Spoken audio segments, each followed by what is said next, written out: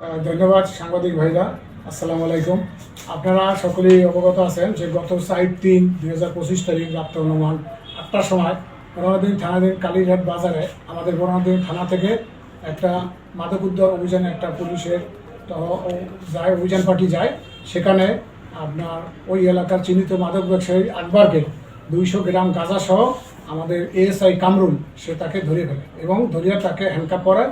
এরপর হ্যান্ডকাপ পরাবার পরে সেই আকবর ডাক চিৎকার দিলে আশপাশ থেকে আকবরের পরিবারের লোকজন এবং তার এই মাদক ব্যবসার সাথে জড়িত সহযোগী 20-25 জন লোক আমাদের সেই এএসআই কামরুলের উপর অতর্কিত আক্রমণ করে, কামরুলের মাথায় আঘাত করে এবং তার হাতে কামড় দিয়া এই আকবরকে আপনার হ্যান্ডকাপ সহ ছিনিয়ে নিয়ে যায়।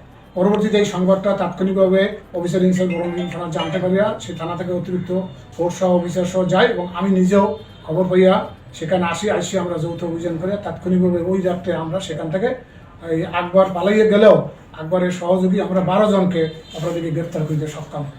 আমরা আকবরের অবস্থান সম্পর্কে তথ্য প্রযুক্তি এবং আমাদের গোয়েন্দা তথ্যের ভিত্তিতে গতকালকা 11 তারিখ আপনার রাত্রে তাকে ঢাকা জেলার মিরপুর থানা এলাকা থেকে আমাদের সেই আপনার আক্রমণ পুলিশের উপর অতর্কিত আক্রমণ মামলা প্রধান আসামি আকবরকে মামলার তদন্তকারী অফিসার SIGM শাহাবুল গ্রেপ্তার করতে সক্ষম হয়। এক্ষেত্রে আপনাদের আমরা পাই নাই, সকলেই তার সহযোগী। তবে যদি আমাদের তদন্ত চলতেছে, যদি তদন্তে কেউ নির্দোষ আমাদের তদন্তে আসে তাহলে আমরা তাকে মামলা থেকে অব্যাহতি দেব।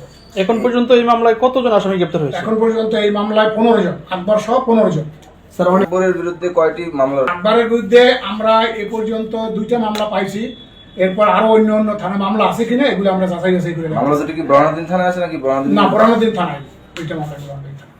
এই পর্যন্ত তাকে আটক করার পরে এখন যারা আছে মাদকের সাথে জড়িত এখন সেটা কি অব্যাহত থাকবে নাকি? অভিযান আমাদের অব্যাহত আছে যে আমরা ওই এলাকা থেকে মাদকের সাথে জড়িত যারা ক্রয় বিক্রয় করে একদম আকবরের আঘাতে কতজন পুলিশ সদস্য আহত হয়েছে? আকবর এবং তার সহযোগী এদের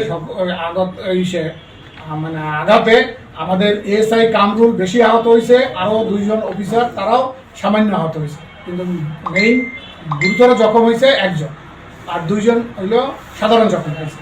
কয়জনের মামলা হয়েছিল টোটাল?